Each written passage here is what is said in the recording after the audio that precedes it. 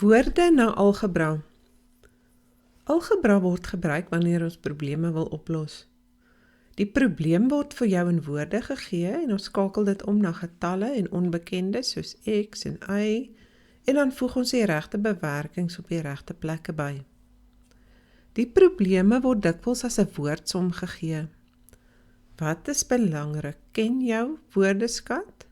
En die wiskunde woordeboek wat jy kan aflaai, kan jou baie help om met jou woordeskat te help. Getalle en onbekendes ken jy nou baie goed. In hierdie video gaan ons kyk na die bewerkings in jou woordeskat.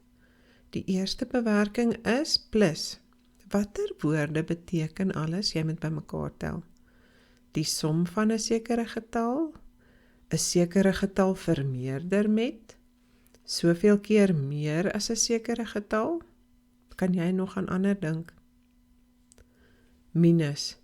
Die verskil tussen 'n sekere getal, 'n sekere getal verminder met, soveel minder as 'n sekere getal, en dan is daar trek af, minus en so aan. Maal.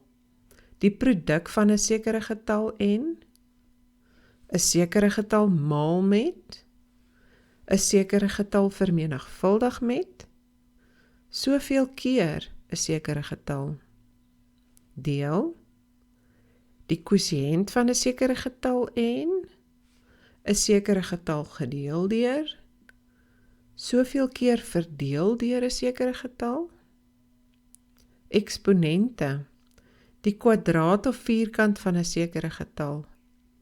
'n sekere getal verhef tot die mag met 'n eksponent van. Wortels. Die soveelste magwortel van 'n sekere getal.